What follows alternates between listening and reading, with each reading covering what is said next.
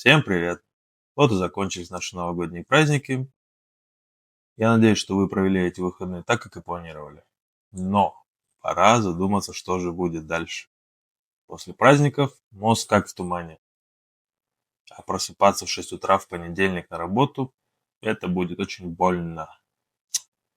Но я могу вас обрадовать. Это не лень, это адаптация вашей нервной системы.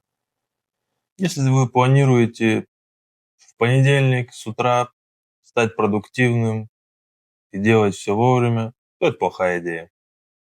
Если же начать делать все постепенно, налаживать сон, прогулки, с пищей тоже можно попробовать, то это хорошая идея.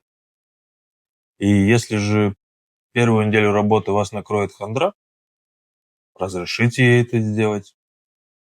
Обычно она проходит сама, это нормально.